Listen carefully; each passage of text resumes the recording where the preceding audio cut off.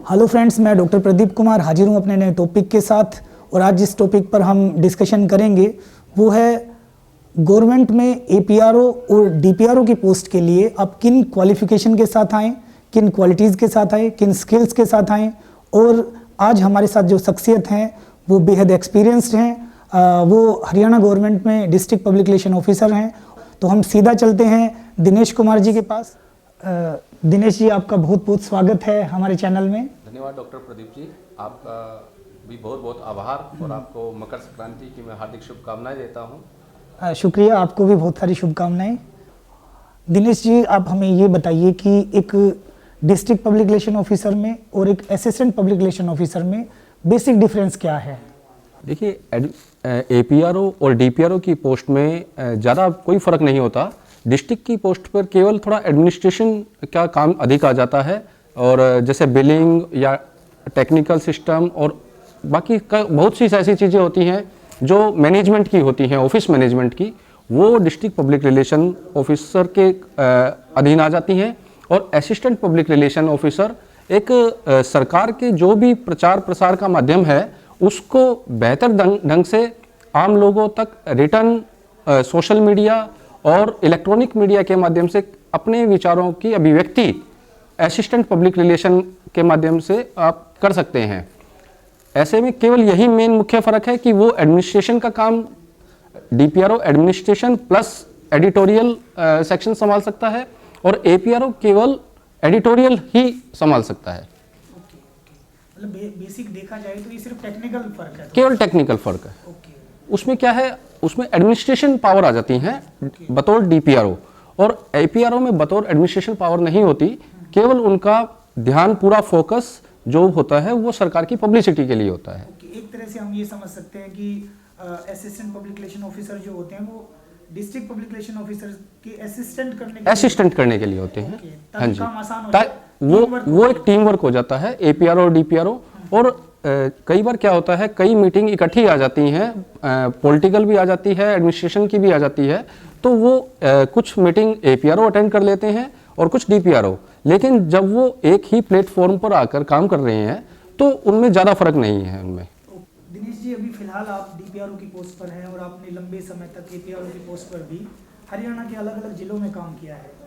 APRO post के लिए आमतौर पर हमने देखा है कि काफ़ी सारी वैकेंसीज आती हैं, और हम आपसे ये जानना चाहते हैं कि जो विद्यार्थी असिस्टेंट पब्लिक रिलेशन ऑफिसर की पोस्ट के लिए जिन्होंने अप्लाई किया है, जो तैयारी कर रहे हैं, वो तैयारी किस तरह करे, किन विशेष बातों की तरफ वो ध्यान दें, और वो ऐसे कौन से पॉइंट हैं जो आप उनको सजेस्ट करेंगे कि उनको इस विषय पे तो काम करना ही चाहिए? देखिए, ऐसा है, असिस्टेंट पब्लिक रिलेशन ऑफिसर की पोस्ट और डिस्ट्रिक्ट पब्लिक रिलेशन की जो पोस्ट है वो एक सरकार का चेहरा है कि आप सरकार की जो भी विचारधारा है, जो जन कल्याणकारी नीतियां हैं, उसको आम जन तक कैसे प्रेजेंट करेंगे, वो उनका मुख्य उद्देश्य होता है। ऐसे में मैंने भी करीब 10 साल में बतौर एपीआरओ काम किया है, और उससे पहले मैंने पत्रकारिता के क्षेत्र में भी विभिन्न संस्थाओं से जुड़ा रहा हूं। तो मुझे ये नज़र आता है कि जब हम एक एज ए पत्रकार काम करते हैं, वो उसमें हमारा नेगेटिव और पॉजिटिव दोनों पहलू होते हैं हमारे दिमाग में। लेकिन जब आप सरकार के साथ या किसी भी संस्थान से जुड़ जाते हैं बतौर असिस्टेंट पब्लिक रिलेशन ऑफिसर या बतौर डिप्टी पब्लिक रिलेशन ऑफिसर, तो उसमें आपका एक सकारात्मक नज़रिया सामने आता है। आपको हर चीज़ पॉजिटिव पहलू आपका किसी न किसी रूप से नज़र आता है।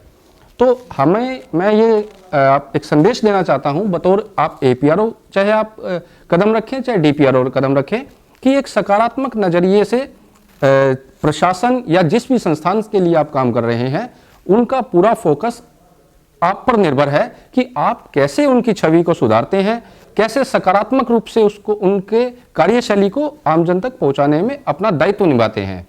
तो एपीआरओ के रूप में हम जब कदम रखते हैं किसी भी संस्थान या सरकारी सिस्टम से, तो हमें सबसे बड़ा यह ध्यान रखना है कि किस प्रकार हम ज़्यादा से ज़्यादा विभिन्न जनसंपर्क के पहलुओं से जुड़कर हम अपनी अभिव्यक्ति आम जन तक पहुंचाएं, चाहे वो सोशल मीडिया प्लेटफॉर्म हो, चाहे वो फोक मीडिया हो, चाहे वो प्रिंटिंग हो या इलेक्ट्रॉनिक मीडिया हो।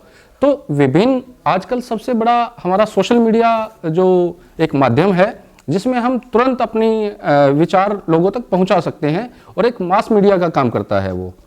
और मैं आप सभी से यह कहना चाहूँगा, जो भी स्टूडेंट्स APRO या DPRO के लिए तैयारी कर रहे हैं, वे सबसे पहले अपना एक सकारात्मक नज़रिया रखें कि आपने जो भी काम करना है वो एक पॉजिटिव वे में आपने करना है और किसी भी रूप से आपको नेगेटिव नहीं सोचना। आप अगर कई बार क्या परिस्थितियाँ उत्पन्न हो जाती हैं कि कोई आपके जहाँ आप काम कर रहे हो उस संस्थान या उस सरकार के प्रति नकारात्मक लोगों का नज़रिया होता है, लेकिन आपका उद्देश्य है कि उस नकारात्मक नज़रिए को सकारात्मक रूप देना। आप उसमें से जो भी सकारात्मक पहलू हैं वो आम जन तक पहुंचाएं तो नकारात्मक अपने आप डाउन हो जाएंगे।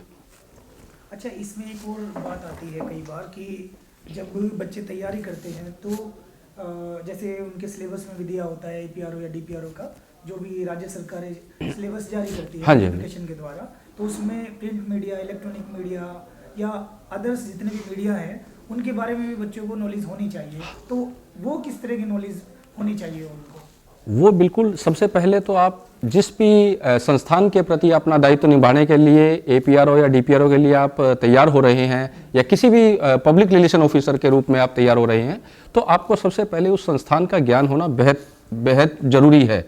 अगर आप सरकार के साथ काम कर रहे हैं, आप किसी भी सरकार के साथ, हरियाणा सरकार, केंद्र सरकार या किसी अन्य राज्य की सरकार के साथ यदि आप काम करना चाह रहे हैं, तो सबसे पहले आप उस सरकार की योजनाओं का आपको पता होना चाहिए कि हम अगर कहीं एग्ज़ाम में बैठते हैं या कहीं भी हमारा इंटरव्यू होता है तो किसी भी रूप से अगर सवाल जो भी आएंगे तो हमारा कंसेप्ट क्लियर होना चाहिए कि हम जिसके लिए काम कर रहे हैं तो वो क्या हमें परोस रहा है, एक आम जन के नाते आपको क्या मिल रहा है, ताकि उसका प्रभावी रूप से आप लोगों को या अपना इंटरव्यू के दौरान बता सकते हो। मतलब कि सीधा सीधा अगर हम समझें तो एक विद्यार्थी के लिए जिस राज्य में वो APRO के लिए DPRO के लिए अप्लाई किया है उस पोस्ट तो के लिए, उसको उस राज्य का पूरी कार्यशैली का ज्ञान होना चाहिए, उसकी सरकार की नीतियों का ज्ञान होना चाहिए, वहाँ की लोक परंपराओं का ज्ञान होना चाहिए, ताकि आप अपने आप को बेस्ट दे सको। बिल्कुल बिल्कुल, क्योंकि अभी हम सिलेबस देख रहे थे तो सिलेबस में 25 नंबर जो है वो उन्होंने उस राज्य की कल्चर से रिलेटेड, राजनीति से रिलेटेड वो भी और हाँ, वो बिल्कुल है, चाहे राजस्थान गवर्नमेंट है या चाहे हरियाणा गवर्नमेंट है, हमेशा हर 25 नंबर के क्वेश्चन बिल्कुल वो उस स्टेट से संबंधित है। तो इसीलिए उसका ज्ञान, अगर हमें उसका ज्ञान है तो वो 25 नंबर हमारे बिल्कुल खरे हैं। और साथ ही हमें हिंदी और इंग्लिश का जो लैंग्वेज का है, ट्रांसलेशन का, वो भी ज्ञान होना चाहिए। और उसके साथ साथ हमें जो जर्नल IQ स्टेट के हैं या केंद्र के हैं, वो सभी हमारे कंसेप्ट क्लियर हो तो हम बेहतर अपना प्रेजेंटेशन दे सकते हैं। साथ में हम ये भी कह सकते हैं कि जैसे जो सेंट्रल गवर्नमेंट की कुछ नीतियां हैं, हैं बिल्कुल, या उनके मंत्रिमंडल से संबंधित क्वेश्चन हो सकते हैं, वो बिल्कुल, या अगर हम लोग इलेक्ट्रॉनिक मीडिया, प्रिंट मीडिया की बात करें तो न्यूज चैनल और उनके ओनर से बिल्कुल हो सकते हैं। बिल्कुल बिल्कुल, ठीक है। और साथ ही जो भी अपने जो ऐतिहासिक तथ्य रहे हैं कि किसने पहला अखबार निकाला, कौन पहले ऐसे पत्रकारिता के क्षेत्र में किसने कितना काम किया, उनका भी थोड़ा ज्ञान हमें अपडेट रहना चाहिए। दिनेश जी, एक चीज़ और बताइए, जैसे पिछले साल हमने देखा हरियाणा सरकार ने DPRO की पोस्ट निकाली, अभी हमने देखा कि राजस्थान गवर्नमेंट ने 76 पोस्ट APRO की निकाली। इससे तो हमें ये लगता है कि जैसे भविष्य में पब्लिक रिलेशन डिपार्टमेंट में भी करियर की बहुत सारी संभावनाएं हैं। क्या होता था पहले, लोगों का ये पब्लिक रिलेशन का नज़रिया ये होता था कि लोगों की ये धारणा होती थी कि केवल जो हमारे लोक कलाकार हैं वही एक हमारा चेहरा बनते थे सूचनाओं का आदान प्रदान करने में। लेकिन समय बदल रहा है, ऐसे में हर संस्थान, हर सरकार के जो पब्लिक रिलेशन डिपार्टमेंट है वो अपना अहम रोल अदा कर रहा है सरकार की छवि को दिखाने में। तो ऐसे में यही है कि जिस प्रकार किसी भी प्लेटफॉर्म को हम यूज़ करेंगे तो अपना पब्लिक रिलेशन का दायित्व सबसे बड़ा होता है। चाहे वो नकारात्मक कोई घटना घटती है उसमें पब्लिक रिलेशन अपना बेस्ट दे सकता है और सकारात्मक में तो दे ही सकता है। ओके, मतलब हम सीधा सीधा समझ सकते हैं, चाहे नेता हो, अभिनेता हो, कोई इंडिविजुअल व्यक्ति हो, संस्था हो, कोई संगठन हो, हर किसी को अपनी इमेज बिल्डिंग की आवश्यकता होती है। पब्लिक रिलेशन से ज़्यादा युवा इसलिए भी जुड़ रहे हैं क्योंकि एक आजकल हर चीज़ में एक स्टेबिलिटी है। एक सकारात्मक नज़रिया लोगों को, एक सौहार्दपूर्ण माहौल बने, उसमें हम पब्लिक रिलेशन से जुड़कर एक जहां हम एक सुखद वातावरण की परिकल्पना को साकार कर सकते हैं, वहीं एक पब्लिक रिलेशन का यही भी पहलू है कि हमारा एक स्वच्छ वातावरण और सामाजिक विचारधारा जो हम अपने लोगों से जुड़कर दे सकते हैं, अपना बेस्ट देकर एक अच्छा माहौल क्रिएट कर सकते हैं। दिनेश जी, हमने आमतौर पर देखा है, चाहे हरियाणा है या अन्य पड़ोसी राज्य, चाहे असिस्टेंट पब्लिक रिलेशन ऑफिसर की पोस्ट हो या डिस्ट्रिक्ट पब्लिक रिलेशन ऑफिसर की पोस्ट, उनमें आमतौर पर महिलाओं की संख्या इतनी ज़्यादा हम लोग नहीं देखते। कोई इक्का दुक्का कहीं असिस्टेंट पब्लिक रिलेशन ऑफिसर महिला होती है या डिस्ट्रिक्ट लेवल पर होती है। तो इसकी क्या बेसिक वजह क्या मानते हैं? क्या ये जो जॉब है काफ़ी टफ है, या हम लोग इसको 9 to 5 जॉब समझने की नहीं करें? है, जो पब्लिक रिलेशन की जॉब है वो 24/7 है। उसमें आपका कोई अवकाश किसी भी रूप से नहीं है। आपको निरंतर उस संस्थान या उस सरकार जिससे आप जुड़े हुए हो उसका अपडेट आपने लोगों तक पहुंचाना है। तो ये आप ठीक कह रहे हैं कि महिलाओं की संख्या कम है, लेकिन महिलाएं भी अपना अतुलनीय योगदान दे सकती हैं और उनको इस फील्ड में आगे आना चाहिए। लेकिन प्रॉब्लम्स क्या होती है, महिलाओं की घरेलू प्रॉब्लम्स भी होती हैं कि आपको 9 से 5 की ड्यूटी करनी पड़ेगी। तो ऐसे में जो हमारे हेडक्वार्टर ऑफिस हैं और जो डिस्ट्रिक्ट कैडर में जो हैं, तो आप उसमें वो पोस्ट भी ले सकते हैं जहाँ पे आपको न्यूज़ मॉनिटरिंग हमारा सेक्शन होता है, फील्ड मॉनिटरिंग सेक्शन होता है, ताकि आपकी ऑब्जर्वेशन के लिए महिलाओं का एक वो अच्छा प्लेटफॉर्म है। लेकिन महिलाएं फील्ड में इसलिए नहीं आ पा रही क्योंकि हमारी कई बार क्या होता है, देर रात तक कोई घटना घट जाती है, उसमें एडमिनिस्ट्रेशन जाता है, तो पब्लिक रिलेशन का भी बराबर योगदान होता है। तो ऐसे में उस पहलू पर तो महिलाएं कम रहती हैं, लेकिन चुनौतीपूर्ण जो जॉब है हमारी, उसका मुकाबला करने के लिए आज महिलाएं भी हमारे बैच में 3 महिलाएं लगी थी और वो अच्छा काम कर रही हैं। वो हेडक्वार्टर पे रह के जो पब्लिक रिलेशन की मॉनिटरिंग टीम के रूप में काम कर रही हैं, उसमें सहयोगी हैं। तो मैं ये सभी छात्राओं से भी अनुरोध करता हूं कि वो ज़्यादा से ज़्यादा आगे आएँ। वो जब आगे ही नहीं आएंगी तो कैसे आप उस संस्थान से या पब्लिक रिलेशन ऑफिसर कैसे बनेंगे?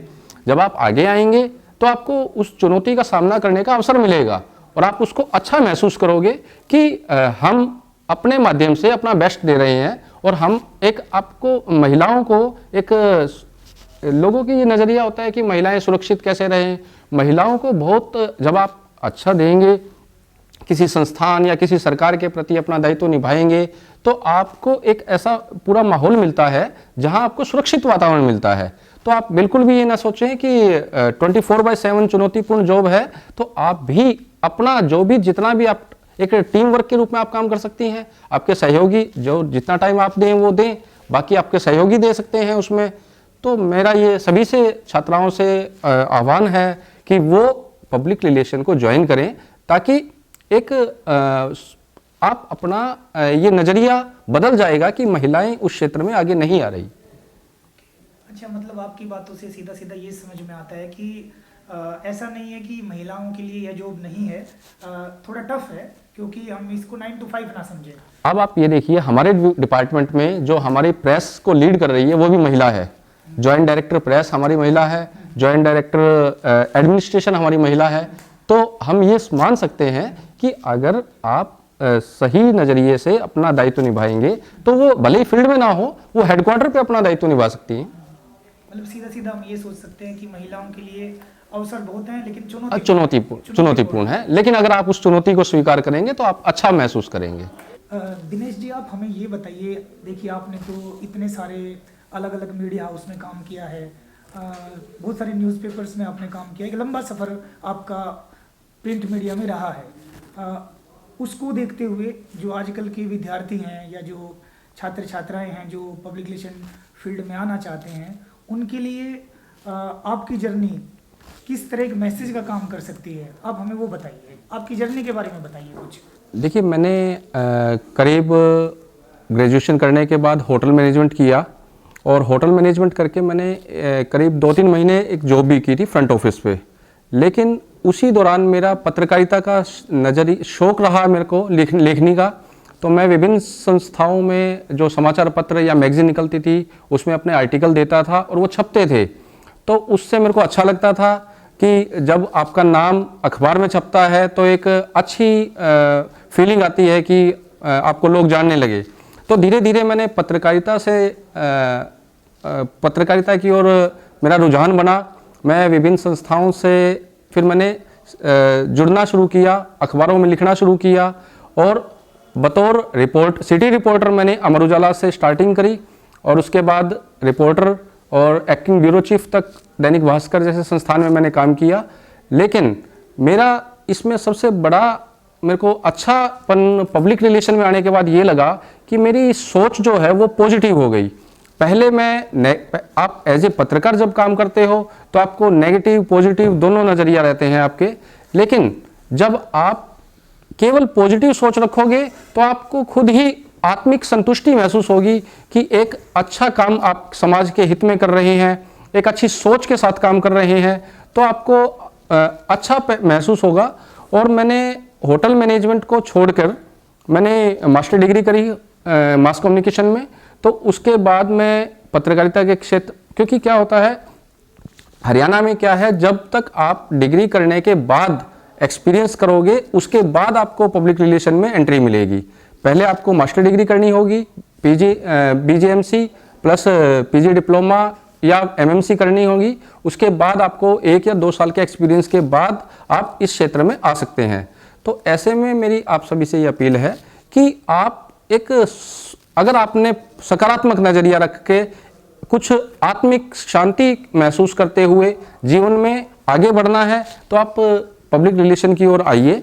और साथ साथ आप ये मत सोचिए कि इसमें चुनौती बहुत है इसमें, लेकिन आप उस चुनौती को अगर स्वीकार करेंगे तो आपको खुद ही अच्छा लगेगा कि आप अपना बेस्ट दे रहे हैं। आपको वो चुनौती आपके परिस्थितियों के अनुकूल हो जाएगी। हालांकि हमारी जॉब 24/7 की है, लेकिन एक टीम वर्क के साथ अगर हम काम करें तो हम अपना जो उद्देश्य है उसकी सार्थकता को सिद्ध कर सकते हैं। अच्छा दिनेश जी, आगे चलते हुए हम आपसे ये जानना चाहते हैं कि जितने भी विद्यार्थी जो एपीआरओ और डीपीआरओ की पोस्ट के लिए तैयारी कर रहे हैं, अब थोड़ा सा एक्सप्लेनेशन करके बताइए कि उनकी जो बेसिक स्किल्स हैं, जो उनमें मेन क्वालिटीज़ हैं, वो क्या रहनी चाहिए।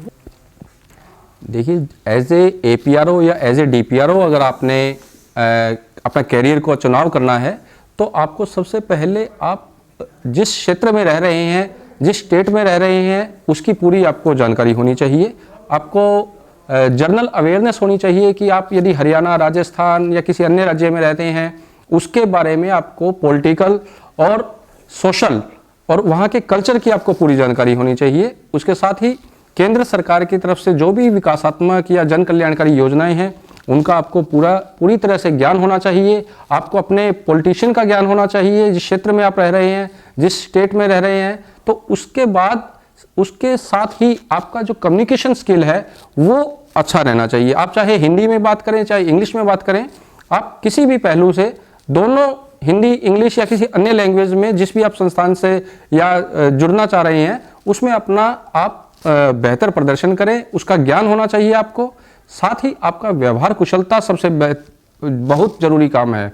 पब्लिक रिलेशन में आपकी व्यवहार कुशलता ही आपका फेस होती है, आपका परिचय कि आप कैसे लोगों से जुड़ सकते हैं। यदि आपकी व्यवहार कुशलता में अंतर आएगा, आप लोगों से सीधा नहीं जुड़ा होगे, तो आप अपने संस्थान या अपने सरकार की नीतियों को लोगों तक नहीं पहुंचा पाओगे। ऐसे में आपका जब सबसे बड़ी बात है, हम सोशल मीडिया पब्लिसिटी कर सकते हैं, प्रिंट, इलेक्ट्रॉनिक, फोक, इन सब के माध्यम से हम कर सकते हैं, लेकिन साथ साथ आपकी माउथ पब्लिसिटी भी बहुत ज़रूरी है। आपको यदि कोई आपके पास आता है, आप उसको सरकार की योजनाओं के बारे में बताएंगे तो वो एक माउथ पब्लिसिटी होगी आपकी, और उसमें अगर आपका व्यवहार अच्छा नहीं है तो दूसरा बंदा जो उस सरकार की योजना का लाभ उठाने आया है या उसको मिल सकती है वो सरकार की योजनाएं, तो वो सरकार को ही नकारात्मक दृष्टिकोण से देखेगा कि इनको बताने वाले ही ऐसे हैं। तो अगर आपका व्यवहार अच्छा होगा तो आपका सीधा जनसंपर्क होगा उन लोगों के साथ। तो ऐसे में मेरा ये आह्वान है कि आप अपने व्यवहार कुशलता का परिचय दीजिए, अपना कम्युनिकेशन स्किल स्ट्रांग रखिए, आपको अपने एरिया के बारे में पूरा ज्ञान हो, आपका IQ EQ बिल्कुल ओके हो। साथ ही जब आप उस काम के लिए आप तैयार हो रहे हैं तो आपको टाइपिंग भी आनी चाहिए, आपको एडिटिंग भी आनी चाहिए, आपको डिजाइनिंग भी आनी चाहिए, ताकि आप जो काम हमने लोगों तक पहुंचाना है उसको हमने लिख के देना है, उसको सोशल मीडिया प्लेटफॉर्म पे अपडेट करना है, तो सभी चीज़ों को हमने category wise editing, typing, news making कि कैसे हम न्यूज़ को रिप्रेजेंट कर रहे हैं लोगों के सामने, तो इस प्रकार की कार्यकुशलता आप में बेहद ज़रूरी है। तो आप जो भी इस काम के लिए अगर इच्छुक हैं तो वो पब्लिक रिलेशन को ज्वाइन करने से पहले अपने इन पॉइंट्स पर ध्यान रखते हुए आप आगे बढ़े, निश्चित तौर पर आपको सफलता मिलेगी। आप उस चुनौती को, जो लोगों के मन में ये नज़रिया है कि 24/7 है और चुनौतीपूर्ण है, उससे आप बिल्कुल भी ना घबराएं। ये बहुत अच्छा प्लेटफॉर्म है। आपने देखा होगा कि कोविड के टाइम में सब कुछ बंद हो गया था, अखबार वगैरह लोग पढ़ना छोड़ गए थे, केवल टीवी पर और सोशल मीडिया पर फोकस रहा सभी का। तो ऐसे में आप किसी भी रूप से लोगों से जुड़ना का माध्यम बन रहे हैं तो आप अपना बेस्ट दीजिए, आपको सारा ज्ञान हो और आप अपने विचारों की अभिव्यक्ति प्रभावी रूप से कर दें, यही आप में एक क्षमता होनी चाहिए। तो मैं आप सभी को हार्दिक शुभकामनाएं देता हूं, आपके नव जीवन के लिए उज्जवल भविष्य की कामना करता हूं कि आप आइए, आपका स्वागत है। सूचना जनसंपर्क एवं भाषा विभाग की तरफ से आपके लिए नए द्वार खुले हैं। बस आपको अपना कदम आगे बढ़ाना है, सभी क्षमताओं को साथ रखते हुए एक सकारात्मक नजरिए के साथ आप आगे बढ़ें, आपका जीवन उज्जवल होगा। तो दोस्तों, आज हमने एक बेहद महत्वपूर्ण कि इन दिनों में जिस फील्ड में सर्वाधिक बूम है, जो आजकल के विद्यार्थियों की, खासतौर पर जो जर्नलिज्म पढ़ रहे हैं, उन विद्यार्थियों को पब्लिक रिलेशन डिपार्टमेंट में किस तरह करियर बनाना चाहिए, इन सभी पहलुओं पर आज हमने विस्तार पूर्वक चर्चा की। और इस चर्चा में शरीक होने के लिए, अपना कीमती समय देने के लिए हम दिनेश कुमार जी का तहे दिल से आभार व्यक्त करते हैं। Thank you so much Dinesh ji. Doctor साहब, आपको और आपके चैनल को भी हार्दिक शुभकामनाएं देता हूं कि एक युवा शक्ति को आप एक जो संदेश, जिस उद्देश्य के साथ आप दे रहे हैं, उसमें हमारे युवा एक सकारात्मक नजरिए से आगे बढ़े। इन्हीं शुभकामनाओं के साथ मैं आपका बहुत बहुत धन्यवाद करता हूं। थैंक यू सो मच, शुक्रिया।